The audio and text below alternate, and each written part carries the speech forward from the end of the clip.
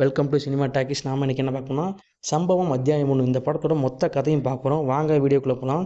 ஒரு வித்தியாசமான காடு. இந்த காட்டுக்குள்ளே போய் உங்களுக்கு நீங்கள் போகிறப்போ உங்களுக்கு அடிபட்டு ஒரு சொட்டு ரத்தம் கீழே கொட்டினாவோ, இல்லை உங்கள் கூட வந்திருக்கவங்க எதையாவது பார்த்து பயந்து அலறினாவோ நீங்கள் ஒரு டைம் லூப்பில் மாட்டிக்கிடுவீங்க.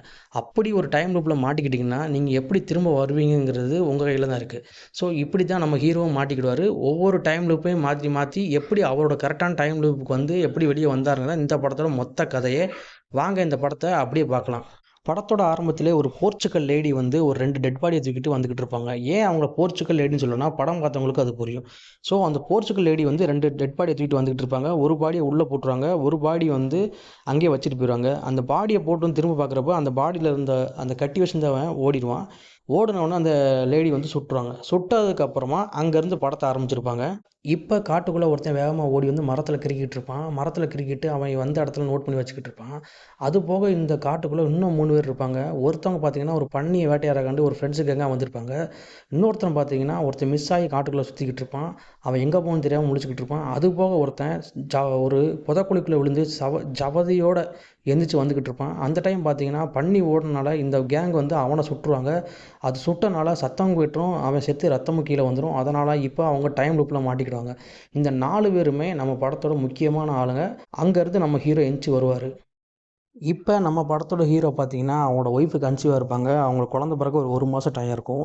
இந்த டயத்தில் பார்த்தீங்கன்னா நம்ம ஹீரோவுக்கு ஒரு பனிஷ்மெண்ட் டியூட்டிக்காரமாக வேறு ஸ்டேஷனில் போய் ஒர்க் பண்ணுற நிலைமை ஆயிரும்.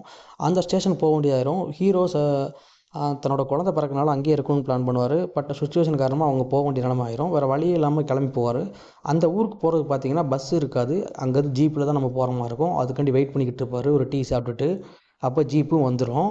இப்போ ஜீப்பில் ஏறி நம்ம ஹீரோ போய்கிட்டு இருக்க டைம் பார்த்தீங்கன்னா ஜீப்புக்கு ஊடால வந்து ஒருத்தர் விழுந்துருவான். விழுந்தவன் யாரான்னு போய் பார்க்குறப்போ அது ஒரு போலீஸ்காரர் வந்து ரத்தம் போய்கிட்டு இருக்கும். ஜீப்பில் உள்ள டிரைவர் அப்படியே விட்டுட்டு போயிடும். சொல்கிறப்ப நம்ம ஹீரோ நானே போலீஸ்காரன் தான், நான் தூக்குட அவனை ஹாஸ்பிட்டலில் போய் சேர்க்கணும்னு சொல்லி ஹீரோ தூக்குவார். அந்த ஆளையும் தூக்கிட்டு ஜீப்பில் வச்சுட்டு போய் ஹாஸ்பிட்டலில் போய் சேர்த்துருவாங்க. ஏன்னா அவருக்கு ரத்தம் அதிகமாக போயிடும். ஹாஸ்பிட்டலில் சேர்த்துட்டு அவங்க உள்ள லோக்கல் ஸ்டேஷனில் இன்ஃபார்ம் பண்ணிடுவாங்க. அங்கேருந்து ஆள் வந்துடுவாங்க. ஏன்னா ஹீரோ ஜாயின் பண்ண போகிறது அந்த லோக்கல் ஸ்டேஷன் தான். அங்கேருந்து ஆள் வந்துடுவாங்க. அவங்க வந்து இப்போ அடிபட்டவரோட வீட்டுக்கு இன்ஃபார்ம் பண்ணிடுவாங்க. அப்படியே நம்ம ஹீரோவும் அவங்க பிக்கப் பண்ணிக்கிடுவாங்க. ஒரு வழியாக ஹாஸ்பிட்டல் போயிடுவாங்க. இந்த டயத்தில் பார்த்தீங்கன்னா நம்ம ஹீரோவுக்கு குழந்தை பிறந்துடும். பெண் குழந்தை பிறந்திருக்கும். இதை தன்னுடைய ஸ்டேஷன் எஸ்ஐட்ட சொல்லிக்கிட்டு இருப்பார். அவரோட நேம் தான் அசோகன். அவங்க 2 பேரும் சொல்லிக்கிட்டு இருக்கப்ப நீ வேணால் லீவ் எடுத்துகிட்டு போகணுன்னு சொல்கிறப்ப, இல்லை பரவாயில்ல சார், நான் இங்கே இருந்துட்டு ஒரு நாள் பாரு, இங்கே ஒன்றும் பெரிய வேலைலாம் இல்லைப்பா, நீ போய் உன் குழந்தைய போய் பாரு அப்படின்னு சொல்கிறப்ப, இல்லைங்க சார் இருக்கட்டும்னு சொல்கிறப்ப, இல்லை சார் நான் என்னோடய அப்பாவை பார்த்ததே கிடையாது, அதனால் நான் என் குழந்தைய பார்க்கணும் போல் இருக்குன்னு சொல்லிக்கிட்டு இருப்பார். ஏன்னா இவர் பிறந்தப்போலேருந்து இவர் அப்பாவை இவர் பார்த்துருக்க மாட்டார் நம்மளோட ஹீரோ. இப்போ ஒரு ஃபோன் வரும். என்னென்னு பார்த்தீங்கன்னா அவங்க ஸ்டேஷனில் ஒரு போலீஸ்காரர் சொல்லுவார், ஃபாரஸ்ட்டில் கொஞ்சம் பிரச்சனை ஆகுது சார், ரெஜி வந்து ஒரு பசங்க கூட பிரச்சனை பண்ணிட்டாரு, கொஞ்சம் சீக்கிரம் வாங்க, சீக்கிரம் வந்து அது என்னென்னு பாருங்கன்னு சொல்கிறப்ப, ரெஜிங்கிறவர் பார்த்தீங்கன்னா இங்கே ஒர்க் பண்ணுற ஒரு ஸ்டேஷன் கான்ஸ்டபிள் மாதிரி.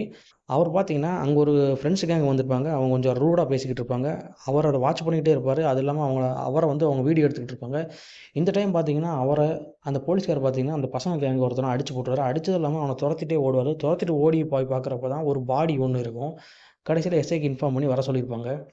இப்போ பார்த்தீங்கன்னா ஸ்பாட்டுக்கு எஸ்ஏ வந்துடுவார். எஸ்ஏ வந்தது மட்டும் இல்லாமல் அந்த பாடியை பார்த்துட்டு ஃபாரன்சிக் டிபார்ட்மெண்ட்டில் இன்ஃபார்ம் பண்ணுங்க, அவங்க வந்து எவிடன்ஸை கலெக்ட் பண்ணிட்டோம், ஃபாரன்சிக் டிபார்ட்மெண்ட்டில் இன்ஃபார்ம் பண்ணிட்டு நீங்கள் வெயிட் பண்ணுங்க சொல்லிட்டு கிளம்புவார். ஏன் ரெஜி இப்படிலாம் பண்ணிக்கிட்டு இருக்க, இந்த மாதிரி உனக்கு நான் எவ்வளோ தூரம் ஃப்ரீடம் கொடுத்துருக்கேன், இப்படிலாம் பண்ணாதுன்னு சொல்லி அவனை வார்ன் பண்ணிவிட்டு கிளம்புவார். ரெஜி பார்த்தீங்கன்னா எஸ்ஏ கூட நானும் வரேன்னு சொல்லி கிளம்புவான். அப்படி கிளம்புற டயத்தில் பார்த்தீங்கன்னா ஆல்ரெடி ஹாஸ்பிட்டலில் அடிபட்டு ஒருத்தர் இருப்பார் பார்த்தீங்களா, அவரோட வயர்லெஸ் பார்த்தீங்கன்னா நம்மளுடைய ஹீரோ கையில் இருக்கும். அதில் ஒரு மெசேஜ் வரும், நான் இந்த மாதிரி காட்டுக்குள்ளே மாட்டிக்கிட்டேன், என்னை காப்பாற்றுங்கன்னு சொல்லி அந்த வயர்லெஸ் மெசேஜ் வரும். எங்கே என்னன்னு கேட்டு விசாரிக்க ஆரம்பிப்பாங்க. இந்த டயத்தில் பார்த்தீங்கன்னா எஸ்ஐட்ட தான் அந்த வாக்கி டாக்கி இருக்கும். அதில் தான் மெசேஜ் வரும். அப்போ அவர் என்ன சொல்லுவார்னா, உங்கள் டிபார்ட்மெண்ட்டை சேர்ந்த ஒருத்தருக்கு ஆக்சிடென்ட் ஆயிடுச்சு, அவர் தமிழ்நாடு போலீஸ், அவர் ஹாஸ்பிட்டலில் சேர்த்துருக்கோம், அவரோட வயர்லெஸ் தான் என்கிட்ட இருக்குது, ஸோ நீங்கள் உங்களுடைய டீமை காண்டாக்ட் பண்ணுன்னு சொல்கிறப்ப, சார் அங்கே காண்டாக்ட் பண்ண முடியல, எனக்கு கொஞ்சம் ஹெல்ப் பண்ணுங்கள், நான் ஆல்ரெடி இங்கே காட்டுக்குள்ளே மாட்டிக்கிட்டே என்னோட காலில் அடிபட்டு ரொம்ப ரத்தம் போய்கிட்டு இருக்கு, என்னை எப்படியா காப்பாற்றுங்க சார், எனக்கு குழந்தை வேறு பிறக்க போகுது, எனக்கு ரொம்ப வருஷத்துக்கு அப்புறம் குழந்தை பிறக்க போகுது சார், அந்த குழந்தை பிறக்கிறப்ப நான் அது கூட இருக்கணும், என்னை எப்படியா காப்பாற்றுன்னு சொல்கிறப்ப ரெஜி என்ன சொல்கிறேன்னா, இல்லை சார் வேண்டாம், நம்ம உள்ளே போக வேண்டாம் சொல்கிறான். எஸ்ஐ என்ன சொல்கிறாருன்னா, அவர் வழியில் வாயா போவேன், அங்கே ஒரு உயிர் துடிச்சிக்கிட்டு இருக்கு, போய் காப்பாற்றுன்னு சொல்லி இப்போ ஹீரோவும் எஸ்ஐயும் சேர்ந்து இப்போ அவங்க டீமோடு சேர்ந்து 3 பேர் சேர்ந்து இப்போ காட்டுக்குள்ளே உள்ளே போகிறாங்க. இப்போ 3 பேரும் சேர்ந்து காட்டுக்குள்ளே போய்கிட்டு இருப்பாங்க. காட்டுக்குள்ளே போகிற டயத்தில் நம்ம எஸ்ஐ ஒரு கதை சொல்லிட்டே போவார். ஏன் இந்த காட்டுக்குள்ளே ஏன் போக மாட்டேங்கிறாங்கன்னா, ஒரு காலத்தில் ஒரு போர்ச்சுகல் லேடி தான் இந்த எஸ்டேட்டோட ஓனராக இருந்தாங்க. அவங்களுக்கு சின்ன வயசில் ஒரு பையனை லவ் பண்ணி அவங்க கல்யாணம் முடிச்சு வச்சுருந்தாங்க. அந்த லேடிக்கு வயசு கூட, அந்த பையனுக்கு வயசு கம்மியாக, அந்த பையன் இந்த அம்மாவுக்கு தெரியாமல் ஒரு பொண்ணை வச்சுருந்தான். அது இந்த அம்மாவுக்கு தெரிஞ்சு போச்சு. தெரிஞ்சனால அந்த பையனை வெட்டி கொன்றுச்சுன்னு சொல்கிறாங்க. அவங்களோட ஆவி தான் இந்த காட்டுக்குள்ளே இருக்குன்னு நிறையா பேர் ஒரு புராண கதை தான் சொல்கிறப்ப ரெஜி என்ன சொல்கிறான், இல்லை சார் வேண்டாம் வாங்க போயிடும்னு சொல்லிக்கிட்டே இருக்கான். ஏன்னா ரெஜிக்கு இந்த காட்டுக்குள்ளே போகிறது கொஞ்சம் பயமாக இருக்குது. இப்போ 3 பேரும் காட்டுக்குள்ளே போயிடுவாங்க. காட்டுக்குள்ளே போய் அவரை தேடிக்கிட்டு இருப்பாங்க. ஆனால் அவர் சொன்ன இடத்துல அவர் இருக்க மாட்டார். திரும்ப திரும்ப அவர் இங்கே தான் இருக்கேன் இங்கே தான் இருக்குன்னு சொல்லுவார். இப்போ அவங்க அந்த எஸ்ஐயோட லோக்கல் ஸ்டேஷன் ஃபோன் போட்டு உங்கள் ஸ்டேஷன்லேருந்து ஒரு எஸ்ஐ இங்கே மாட்டிக்கிட்டாரு, அவர்கிட்ட நேம் வந்து ஸ்டீஃபன், அவரை உள்ளே மாட்டிக்கிட்டான்னு சொல்லப்போ இங்கே யாருமே அப்படி வேலை பார்க்கல சார், நீங்கள் அந்த காட்டை விட்டு முதல்ல வெளியே போங்கன்னு அங்கே உள்ள லோக்கல் ஸ்டேஷன் உள்ள இந்த எஸ்ஐ வந்து சொல்லுவார். தமிழ்நாடு பார்டர் உள்ள ஸ்டேஷன் உள்ள எஸ்ஐ சொல்லுவார். இவங்க இருந்தாலும் பரவாயில்லன்னு சொல்லி தேடிட்டு இருப்பாங்க. இப்போ மறுபடியும் அவர் வயர்லெஸில் கான்டாக்ட் பண்ணி சொல்லுவாங்க. அதுங்களும் இவங்க 3 பேருமே அந்த சிலை இருக்க இடத்துக்கு போயிடுவாங்க. சார் அந்த சிலை பக்கத்தில் தான் இருக்குன்னு சொல்கிறப்ப, இந்த மாதிரி உங்கள் ஸ்டேஷன் கால் பண்ணி பேசினேன், ஆனால் அப்படி யாருமே இல்லைன்னு சொல்கிறப்ப, இல்லை சார் நான் அங்கே தான் ஒர்க் பண்ணுறேன், என் பேர் ஸ்டீஃபன் சொல்லுங்கள் சார், நான் தான் அங்கே இன்ஸ்பெக்டராக ஒர்க் பண்ணுறேன் சொல்கிறப்ப, இப்போ மறுபடியும் அசோகன் என்ன செய்வார்னா, அவங்க உள்ள மறுபடியும் ஸ்டேஷனுக்கு ஃபோன் பண்ணி சொல்லுவார், இந்த மாதிரி அவர் இருக்கு சார், அப்படி ஒரு ஆளே கிடையாதுன்னு சொல்லுவார். கடைசியில் அங்கே உள்ள எஸ்ஐ பார்த்தீங்கன்னா, இங்கே வந்து ஸ்டீஃபன் கிடையாது அப்படின்னு சொல்லப்போ, முத்துவேல் நான் தான் ஸ்டீஃபன் பேசுன்னு சொல்லப்போ, அப்போ தான் அந்த எஸ்ஐக்கு ஸ்ட்ரைட் ஆகும். ஏன்னா இந்த டீம் வந்து ஒரு 30 வருஷத்துக்கு முன்னாடி அந்த காட்டுக்குள்ளே போய் மாட்டிக்கிடுவாங்க. மாட்டினது மட்டும் இல்லாமல் அந்த டீமே மொத்தமாக அங்கே மறைஞ்சிடுவாங்க. அந்த டீமில் உள்ள எல்லாருமே இருக்க வாய்ப்பு இல்லை சார்னு சொல்லி இப்போ அந்த எஸ்ஐ சொல்லுவார். இப்போ இது உங்களுக்கு ரொம்ப ஷாக்காக இருக்கும். கடைசியில் தமிழ்நாடு ஸ்டேட்டோட அந்த ஸ்டேஷனோட எஸ்ஐ என்ன சொல்லுவார்னா, சார் முத்துவேலுங்கிற என்னோடய அப்பா, அவரும் அந்த டீமோட ஒரு ஆளாக போனவர் தான், அவர் போய் ரொம்ப வருஷம் ஆச்சு, அவர் எனக்கு தெரிஞ்சு இருக்க வாய்ப்பில்லை சார், நீங்கள் முதல்ல அந்த காட்டை விட்டு வெளியேறுங்கன்னு சொல்லி அசோகன்ட்ட சொல்லிவிட்டு ஃபோனை வச்சுருவார். இப்போ நம்ம ஹீரோ மறுபடியும் வயர்லெஸில் கான்டாக்ட் பண்ணி இப்போ ஸ்டீஃபனுங்கிற அவர்கிட்ட பேசுவார். சார் நீங்கள் எந்த வருஷம், இன்றைக்கி என்ன டேட்டுன்னு சொல்லுங்கிறப்ப தான் அவர் வந்து 1994 மே மந்த் அந்த டேட்டை சொல்கிறப்ப தான் அவருக்கே ஷாக் ஆகும். ஏன்னா 30 வருஷத்துக்கு முன்னாடி காணாமல் போனவங்க எப்படி வயர்லெஸில் பேச முடியும்னு சொல்லி 3 பேரும் ஷாக்கில் இருப்பாங்க. இப்போ ரெஜி என்ன செய்வானா, சார் இது நல்லபடியாக இருக்காது நான் கிளம்புறேன்னு சொல்லி வேகமாக கிளம்பிடுவார். இப்போ நம்ம ஹீரோவுக்கு இவரோட நேம் ஸ்டீஃபன் சொன்னோன்னே ஒரு ஸ்ட்ரைக் ஆகும். அவரோட மூஞ்சியில் ஒரு டிஃப்ரென்ஸ் தெரியும். இப்போ என்னடா பண்ணணும்னு யோசிச்சுக்கிட்டு இருப்பாங்க. அப்போ தான் ஸ்டீஃபன் என்ன சொல்லுவார்னா, சார் நான் ஓடி வரும்போது ஒரு பாடி தடுக்கி தான் கீழே விழுந்துட்டேன். அந்த பாடி பார்த்தீங்கன்னா ஒரு யூனிஃபார்ம் போட்டிருக்கு, ஒரு போலீஸ்காரங்க பாடி, அதுவும் எங்கள் ஸ்டேட் போலீஸ் இல்லை சார், அது கேரளா ஸ்டேட்டோட போலீஸோட பாடி, அது இங்கே இருக்குது சார்னு சொல்லுவார். அதோட நேம் கூட அசோகன் போட்டிருக்குன்னு சொல்லுவார். அப்போ தான் நம்ம ஹீரோவுக்கு இன்னும் ஷாக்காக இருக்கும். ஏன்னா அவர் கூட இருக்கிறவர் தான் அசோகன், அவர் எஸ்ஐ. இப்போ நம்ம அசோகன் எஸ்ஐக்கு ஒரு ஃபோன் வரும். என்ன ஃபோனு பார்த்தீங்கன்னா, முதல்ல நம்ம ஹீரோ வரப்போ ஒருத்தர் அடிபட்டு கீழே விழுந்துருப்பா பார்த்தீங்களா, அவரை பார்க்க அவங்க ஃபேமிலிலேருந்து வந்திருப்பாங்க. அப்போ தான் ஒரு விஷயம் தெரியும், அவர் 30 வருஷத்துக்கு முன்னாடி காணாமல் போனவர் அவரை பார்க்கக்காண்டி வந்திருப்பாங்க. இது எஸ்ஐக்கு இன்னும் ஷாக்காக இருக்கும். இப்போ பார்த்தீங்கன்னா மறுபடியும் எஸ்ஐக்கு ஒரு ஃபோன் வரும் ஃபாரன்சிக் டிபார்ட்மெண்ட்லேருந்து. ஆல்ரெடி ரெஜி ஒரு பாடியை பார்த்துருப்பார் பார்த்தீங்களா, அந்த பாடியை போஸ்ட்மார்ட்டம் பண்ணுறப்ப தான் ஒரு விஷயம் வரும். அதில் வந்து ஒரு பர்ஸை எடுக்கிறப்ப அந்த பாடியில் இருக்கிறது வந்து ரெஜியோட ஃபோட்டோ இருக்கும். அப்போ இவங்களுக்கு இன்னும் ஷாக்காக இருக்கும். ஏன்னா ரெஜி இங்கே உயிரோடு இருப்பார். எஸ்ஐக்கு மேலும் மேலும் குழப்பமாக இருக்கும், என்னடா பண்ணேன்னு சொல்லி. இந்த டைம் பார்த்தீங்கன்னா ரெஜி போய் ஒரு புதக்குழியில் விழுந்துருவாரு. புதக்குழியில் விழுந்தது இல்லாமல் அவரால் வெளியே வர முடியாமல் தடுத்து ரொம்ப கஷ்டப்பட்டுக்கிட்டு இருப்பார். இந்த டைம் பார்த்தீங்கன்னா நம்ம ஹீரோவும் எஸ்ஐயும் போய் அவரை காப்பாற்ற ட்ரை பண்ணிகிட்டே இருப்பாங்க. எவ்வளவோ முயற்சி பண்ணுவாங்க, கையை போட்டு எப்படியா தூக்கிடலான்னு பார்ப்பாங்க. இந்த டைம் பார்த்தீங்கன்னா நம்ம எஸ்ஐ அவர் கையை பிடிச்சி தூக்குறப்ப அவர் கையில் அடிபட்டு ரத்தம் சிந்திரும். இப்போ ரத்தம் சிந்ததுனால இப்போ சவுண்டும் அதிகமாக கேட்க ஆரம்பிச்சிடும். இப்போ எல்லோரும் சேர்ந்து டைம் லூப்லாம் மாட்டிக்கிடுவாங்க. இப்போ நம்ம ஹீரோ டைம் லூப்பில் மாட்டிக்கிடுவார். இப்போ அது தெரிஞ்சிடும் அவருக்கு, இது ஏன் எதனால் நடக்குங்கிறத கண்டுபிடிக்க ட்ரை பண்ணிகிட்டே இருப்பார். ஒரு டைம் பார்த்தீங்கன்னா அவர் ஒரு போர்ச்சுகல் லேடி இருக்கிற டைம் லூப்பில் மாட்டிக்கிடுவார். இன்னொரு டைம் பார்த்தீங்கன்னா அந்த ஸ்டீஃபனோட குரூப்பு அவங்க மிஸ் ஆகி காட்டுக்குள்ளே சுற்றிக்கிட்டு இருப்பாங்க, அந்த அக்யூஸ்ட்டை பிடிக்கிறதுக்கு அந்த டீமுக்கிட்ட போய் சிக்கிடுவார். ரெண்டாவது இந்த படத்தோட முதல்ல வந்து ஒருத்தர் மரத்தை கருக்கிட்டு இருப்பான் பார்த்தீங்களா, அவனோட டைம் லூப்லேயே மாட்டிக்கிடுவார். மாற்றி ஹீரோ நம்ம டைம் லூப்பில் மாட்டிகிட்டே இருப்பார். இது எதனால் ஏன் நடக்குன்னு கன்ஃபியூஸ் ஆகிட்டே இருப்பார். ஸோ ஒரு கட்டத்தில் அதை கண்டுபிடிச்சிடுவார். நமக்கு ஏன் எதனால் நடக்குங்கிறத ஹீரோ ஒரு கட்டத்தில் கண்டுபிடிச்சிடுவார். இப்போ ஹீரோ பார்த்தீங்கன்னா ஃபஸ்ட்டு இந்த படத்தில் இந்த மரத்தை கிறுக்கிட்டு இருந்தது பார்த்தீங்களா, அவனோட டைம் லைனுக்கு வந்துடுவார். வந்ததுக்கப்புறம் அந்த கிறுக்கின இந்த கதையை பற்றி இந்த காட்டை பற்றின உண்மையை சொல்லுவான். நீங்கள் வந்ததுலேருந்து இங்கே ஒரு காக்கா கூட நீங்கள் பார்த்துருக்க மாட்டீங்க, அது இப்போ ஆரம்பித்த பிரச்சனை இல்லை, இது ரொம்ப வருஷத்துக்கு முன்னாடி ஆரம்பித்த பிரச்சனை. இங்கே உள்ள பழங்குடியின மக்கள் தான் இந்த கோயிலில் இந்த சிலையை வச்சு சாமியாக கும்பிட்டுக்கிட்டு இருந்தாங்க. அந்த டயத்தில் தான் அந்த போர்ச்சுகல் சேர்ந்த ஒருத்தன் இங்கே வந்தான். ஏன் இவங்க எல்லோரும் இந்த காக்காவை கடவுளாக கும்பிட்டாங்கன்னா, அது இவங்களோட முன்னோர்கள் அந்த காக்காவுக்கு சாப்பாடு வச்சா தங்களோட குழந்தைகள் நல்லபடியாக பறக்குன்னு சொல்லி இந்த பழங்குடியின மக்கள் எல்லாம் இந்த சிலையை வச்சு கும்பிட்டுக்கிட்டு இருந்தாங்க. போர்ச்சுகலை சேர்ந்த கேப்ரியலுங்க தான் இப்போ ஆட்சி பண்ணிக்கிருந்தான். அவன் ஒரு நாத்திகவாதி. அதனால் அவன் இங்கேருந்த கோயில் எல்லாத்தையும் அடித்து நொறுக்கி, அது மட்டும் இல்லாமல் அங்கே வந்து சிலைகள் எல்லாத்தையும் கடத்த ஆரம்பித்தான். இப்படி ஒவ்வொன்றா பண்ணிக்கிட்டு இருந்தான். ஏன்னா அவனை பொறுத்தளவு அரசன் மட்டும்தான் இங்கே கடவுளாக இருக்கணும், வேறு யாரும் கடவுள் இருக்கக்கூடாதுங்கிற கொள்கையை பிடிச்சிருந்துச்சு. அது மட்டும் இல்லாமல் அவன் காட்டுக்குள்ளே போய் இந்த சிலையை பார்த்தோன்னே இந்த சிலையை எப்படியாவது நம்ம நாட்டுக்கு கொண்டு போகணும்னு சொல்லி சிலையை எடுக்கணும்னு முயற்சி தான். ஆனால் பழங்குடியின மக்கள் முடியாதனால தன்னோட படையவே வச்சு அந்த பழங்குடியின மக்களை வெட்டி வீசி கொன்று குவிச்சிக்கிட்டு இருந்தான்.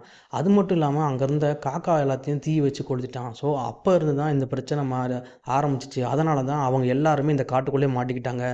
அப்போ நடந்த பிரச்சனை தான் இப்போ வரைக்கும் நம்மளை பாய்ச்சிக்கிட்டு இருக்கு. அதனால தான் நாமளும் இந்த காட்டுக்குள்ளே சுற்றிக்கிட்டே இருக்கோம், திரும்ப திரும்ப அதே மாதிரி சுற்றி சுற்றி வந்துக்கிட்டே இருக்கோங்கிறத அந்த மரத்தை கிறுக்கிக்கிட்டு இருப்பான் பார்த்தீங்களா, அவன் சொல்லிக்கிட்டு இருப்பான் நம்ம ஹீரோட்ட. இப்போ அவன் என்ன சொல்லுவான்னா, நாம் இந்த காட்டிலேருந்து வெளியே போனால் நாம் வந்த அந்த சம்பவம் நடக்கக்கூடாது, அந்த நடக்காமல் இருந்தால் நம்ம இங்கே வர மாட்டோம்னு சொல்லியிருப்போம். இப்போ நம்ம ஹீரோவுக்கு எல்லாமே புரிஞ்சிடும். ஃபஸ்ட்டு ரெஜய் வந்து அந்த புதக்குழியில் விழுந்தப்போ ரெஜய் வந்து ஃபஸ்ட்டு நம்ம ஹீரோவை ஒரு டைம் லைனில் பார்த்துருப்பாரு. அதே டைம் லைனையும் இன்னொரு டைம் லைனில் பார்த்தீங்கன்னா நம்ம ஹீரோவும் அந்த இடத்துக்கு வந்திருப்பார். 2 ஹீரோவும் ரெஜி பார்த்துருப்பாரு. அதனால் கொஞ்சம் பயந்துருவார். 2வது அவனை காப்பாற்ற முயற்சி பண்ணுறப்ப கொஞ்சம் ரத்தமும் கீழே சிந்திரும். அதனால் ஃபயர் பண்ணிடுவார் நம்ம எஸ்ஐ. அதனால் ஹீரோ வேறு டைம் லைனுக்கு போயிடுவார். இப்போ அவர் என்ன டைம் லைனில் இருப்பார்னா, அந்த தமிழ்நாடு ஸ்டேட் அந்த கேங் மிஸ் ஆகி காட்டுக்குள்ளே இருப்பாங்க பார்த்தீங்கன்னா, அந்த டைம் லைனில் இருப்பார். இப்போ ரெஜய் வந்து அந்த புதக்குள்ளேருந்து எந்திச்சு வந்துடுவார். ஏன்னா அவர் ஒரு டைம் லைனில் இருப்பார். இப்போ அந்த காட்டுக்குள்ளே ஒரு அக்காவும் தம்பியும் சுற்றிக்கிட்டு இருப்பாங்க. அவங்க யாரும் பார்த்தீங்கன்னா ரெஜையோட உண்மையான சின்ன வயசு அக்கா. ஏன்னா ரெஜய் வந்து சின்ன வயசில் ஒரு குதிரையை பார்த்து அந்த காட்டுக்குள்ளே வந்துடுவான். அவனை தேடிக்கிட்டே அவங்க அக்காவும் திரும்ப அந்த காட்டுக்குள்ளே வருவாங்க. அப்படி தான் அந்த காட்டுக்குள்ளே அவங்க அக்கா மாட்டிக்கிடுவாங்க. அதனால தான் ரெஜய் வந்து இந்த காட்டுக்குள்ளே போக மாட்டேன்னு சொல்லிக்கிட்டு இருப்பான். ஸோ இப்போ ரெஜய் 2 பேர்த்தையும் பார்த்தனால தன்னோட அக்காவை பார்த்து திரும்ப ஓடிட்டே இருப்பான். ஓடி போய்கிட்டு இருக்க டயத்தில் ஆல்ரெடி ஒரு ஃப்ரெண்ட்ஸ் கேங்கு துப்பாக்கியோட பண்ணியை சுட வந்திருப்பாங்க பார்த்துருக்கீங்களா, அவங்க ரெஜையை சுட்டுருவாங்க. ஏன்னா இவங்க 2 பேரும் வேறு டைம்லைனில் இருப்பாங்க. இதில் ரெஜய் கீழே வந்து அங்கேயே செத்துருவார். இப்போ அந்த ஃப்ரெண்ட்ஸு கேங்கு அவரை ரெஜையை சுட்டனால அந்த டைம்லைன் சேஞ்ச் ஆகி நம்ம ஹீரோ என்ன செய்வார்னா, அந்த தமிழ்நாடு போலீஸ் கேங் இருப்பாங்க பார்த்துருக்கீங்களா, மிஸ் ஆன கேங்கில் வந்துடுவார். வந்ததுக்கப்புறமா என்ன செய்வார்னா, அந்த இன்ஸ்பெக்டரை பார்த்து நீங்கள் இந்த காட்டை விட்டு முதல்ல வெளியே போனால் தான் நீங்கள் தப்பிக்க முடியும் சொல்கிறப்ப அவர் ஒத்துக்க மாட்டார். அப்புறம் அவர் நடந்த விஷயத்த சொல்லிக்கிட்டு இருக்கும்போது, உங்களுக்கு குழந்தை பிறக்க போகுது, அந்த குழந்தையோட பேர் இதுன்னு சொல்லுவார். என்ன உளர்ற, நான் எப்படியா போக முடியும்? அப்போ தான் ஒரு விஷயத்த ரிவீல் பண்ணார். இன்ஸ்பெக்டர் ஸ்டீபன் இருக்கார் பார்த்தீங்களா, அது வந்து வேறு யாரும் இல்லை, தன்னுடைய அப்பாங்கிறத ஹீரோ அந்த இடத்துல ரிவீல் பண்ணுவார். ஏன்னா தன்னோட அப்பா 30 வருஷத்துக்கு முன்னாடியே காணாமல் போயிட்டார், அவரை நான் பார்த்ததே இல்லைங்கிறதான் நம்ம ஹீரோ சொல்லிக்கிட்டு இருப்பார். அப்போ தான் இன்ஸ்பெக்டர் ஸ்டீஃபனுக்கு நம்பிக்கை வரும். ஸோ நம்ம இங்கே மாட்டிக்கிட்டு இருக்க விஷயத்த நம்புவார். இப்போ நம்ம ஹீரோ இன்ஸ்பெக்டர் ஸ்டீஃபன்ட்ட என்ன சொல்லுவார்னா, உங்கள் டீம் மெம்பர் எல்லாத்தையும் வர சொல்லுங்கள், நம்ம இங்கேருந்து வெளியே போயிடலாம், அவங்க எல்லாத்தையும் இந்த கோயில்கிட்ட வர சொல்லுங்கள், நம்ம எல்லோரும் சேர்ந்து வெளியே போயிடலாம்னு சொல்லி ஹீரோ சொல்லுவார். அதுக்கப்புறமா இங்கே நீங்கள் யாரையும் சுடக்கூடாது, அப்படி சுட்டோம்னா நம்ம மறுபடியும் டைம் லூப்பில் மாட்டிக்கிடுவோம் அப்படின்னு சொல்லுவார். ஏன்னா அக்யூஸ்ட் எல்லாருமே அந்த அக்யூஸ்ட் வேனில் தப்பிச்ச எல்லாருமே ஒரு 2-3 போலீஸ்காரங்களை கொண்டுருவாங்க. கடைசியில் ஸ்டீஃபனோட டீம் மெம்பர் எல்லோரும் அவங்க வந்துடுவாங்க. வந்து இந்த காட்டை விட்டு வெளியே போகிறதுக்கு முயற்சி பண்ணிக்கிட்டு இருப்பாங்க. ஹீரோவும் சேர்ந்து ட்ரை பண்ணிக்கிட்டு இருப்பார். அப்போ தான் அவருக்கு ஒரு விஷயம் ஸ்ட்ரைக் ஆகும். அந்த மாலுமியை கூப்பிட்டு வந்திருப்பான் பார்த்தீங்களா, அந்த மரத்தில் சிம்பிள் போட்டான். அவன் என்ன சொல்லுவான்னா, இந்த சிம்பிள் படி நீ போனால் மட்டும்தான் அந்த காட்டை விட்டு வெளியே போக முடியும்னு ஹீரோவுக்கு சொல்லியிருப்பான். அது அப்போ தான் அவனுக்கு தெரியும். ஏன்னா ஃபஸ்ட்டு அந்த வண்டியில் அடிபட்டு வரும் என்ன செய்வார்னா, அந்த தரையில் கையில் ஒரு ரவுண்டு போடுவார். அதே மாதிரி விஷயம் நடக்கிறப்ப தான் நம்மளால் காட்டை விட்டு வெளியே போக முடியும்னு மறுபடியும் இவங்கெல்லாம் சேர்ந்து அந்த சிலையை சுற்றி வெளியே போக ட்ரை பண்ணுவாங்க. இந்த டயத்தில் பார்த்தீங்கன்னா நம்ம ஸ்டீஃபன் இன்ஸ்பெக்டர் இருக்கார் பார்த்தீங்களா, அவரோட கையில் ஒரு அக்யூஸ்ட் வந்து குத்தி ரத்தம் வர மாதிரி ஆயிரும். 2வது அந்த கூட அந்த பீட்டரும் அவரை சுட போவார். இது எதுவும் பண்ணிடாதீங்க, பண்ணமான டைம் லூப்பில் மாட்டிக்கணும்னு சொல்லி ஹீரோ சொல்ல, அதுக்கப்புறம் ஒரு வழியாக அந்த காயத்தெல்லாம் ஒரு துணியை வச்சு கட்டிட்டு ஒரு கார் வரும். அந்த காரை நிப்பாட்டி தன்னோட அப்பாவை வழி அனுப்பி வைப்பார். போய் உங்கள் பையன் உங்களுக்கு குழந்தை பிறக்க போகுது இல்லையா, அவங்க கூட போய் டைம் ஸ்பெண்ட் பண்ணுங்கள், ஒரு குழந்தை தன்னோட அப்பா இல்லாமல் வளர ரொம்ப கஷ்டம்னு சொல்லி நம்ம ஹீரோ வந்து தன்னோட அப்பாவை அனுப்பி வைப்பார். அதாவது நம்ம இன்ஸ்பெக்டர் ஸ்டீஃபனை. இப்போ நம்ம ஹீரோ ஸ்டீஃபனோட கன்னை எடுத்துருவார். ஏன்னா அவருக்கு தெரியாமல் கன் எடுத்து வச்சுருப்பார். ஏன்னா அவர் சூசைட் பண்ண போகிறார். ஏன்னா அவர் சூசைட் பண்ணால் மட்டும் தான் இந்த சம்பவங்கள் எதுவுமே நடக்காமல் இருக்கும். தன்னோட அப்பா தான் கூடயே இருப்பார். தான் இறந்துட்டா இந்த சம்பவங்கள் எல்லாமே மாறி நினைப்பார். அப்படியே சுட்டுக்கிடுவார். கண்ணை முழிச்சு பார்த்தா ஹாஸ்பிட்டலில் இருப்பார். அவர் குழந்தை பிறந்திருக்கும், தன்னோட அப்பா கூட இருப்பார், ஒரு பெண் குழந்தை பிறந்திருக்கும். இப்போ மறுபடியும் ஸ்டேஷனுக்கு போகணும், ஸ்டேஷனில் போய் ஜாயின் பண்ணணும். இப்போ கிளம்புவார். இப்போ அவருக்கு பயம் வரும். ஏன்னா அது எல்லாமே மறுபடியும் முதல்ல நடக்கிற மாதிரி இருக்கும். இந்த டயத்தில் அசோகனோட கார் ரிப்பேர் ஆகிருக்கும். அவரும் இந்த ஜீப்பில் ஏறி கிளம்பி வருவார். அசோகனை பார்த்தோன்னே ஹீரோவுக்கு இன்னும் ரொம்ப பயம் வந்துடும். ஏன்னா மறுபடியும் இப்போ ஒருத்தன் ஜீப்பில் வந்து விழுந்து ஆக்சிடென்ட் ஆகிற மாதிரி நினச்சி பார்ப்பறேன். அதே மாதிரி ஒருத்தன் விழுந்துருவான். அது யாருன்னு பார்த்தா இந்த வட்டம் ஒரு பொண்ணு விழுந்திருப்பான். பொண்ணு விழுந்தோடனே ரத்தம் அதிகமாக போகும். மறுபடியும் தூக்கி வச்சு ஹாஸ்பிட்டலுக்கு கிளம்புவாங்க. ஹாஸ்பிட்டலுக்கு கிளம்புறப்போ தான் ஹீரோவுக்கு இன்னும் பயமாகும். ஸோ ஹீரோ அவரை ஃபோன் எடுத்து பார்த்துக்கிட்டு இருப்பார். அந்த பொண்ணோட ஃபோன் எடுத்து பார்த்துக்கிட்டு இருப்பார். அது இன்னும் ஷாக்காக இருக்கும். ஏன்னா அது ஹீரோவோட பொண்ணு. ஹீரோவோட பொண்ணு எப்படி இங்கே வந்து மாட்டினாங்கிறது இன்னும் கன்ஃபியூஸாக இருக்கும். அந்த பொண்ணு இறந்துரும். இது என்னடா பண்ணுன்னு தெரியாமல் ஹீரோ வெளியே வந்து நிற்பார். வெளியே வந்து நிற்கிறப்ப தன்னோட வீட்டுக்காரிக்கு ஃபோன் போட்டு குழந்தை எப்படி இருக்குன்னு, குழந்தை தூங்கிட்டு இருக்குன்னு சொல்லுவார். அப்போ காட்டுக்குள்ளே அந்த போர்ச்சுகலோட ஆளை பார்ப்பார். அப்போ தான் ஒரு விஷயம் அவருக்கு ஸ்ட்ரைக் ஆகும். அப்போ தான் அந்த மரத்தில் கிறுக்கு நம்ம சொன்ன ஞாபகம் வரும். இந்த சம்பவங்கள் எதுவுமே நடக்காமல் இருக்குன்னா இந்த சம்பவத்தோட தொடக்கத்தை நம்ம வந்து மாற்றணும். அப்படி மாற்றினா மட்டும்தான் இந்த சம்பவம் எதுவுமே நடக்காமல் இருக்கும். அந்த சம்பவத்தை நீ மாற்றணும்னு சொல்லி அங்கே இந்த படத்தை முடிப்பாங்க. இந்த காட்டுக்குள்ளே மாட்டி இருக்கவங்க எல்லாத்துக்குமே ஒரு வகையான ரத்த உறவு இருக்கும். ஹீரோவுக்கு தன்னோட அப்பாவும் பொண்ணும், ரெஜிக்கு தன்னோட அக்கா, இவங்க எல்லாருமே ஒரு பிளட் ரிலேஷனாக தான் இருப்பாங்க. ஏன்னா இவங்க ரத்த உறவாக தான் இருப்பாங்க. அவங்க மட்டும்தான் அந்த காட்டுக்குள்ளே மாட்டியிருப்பாங்க.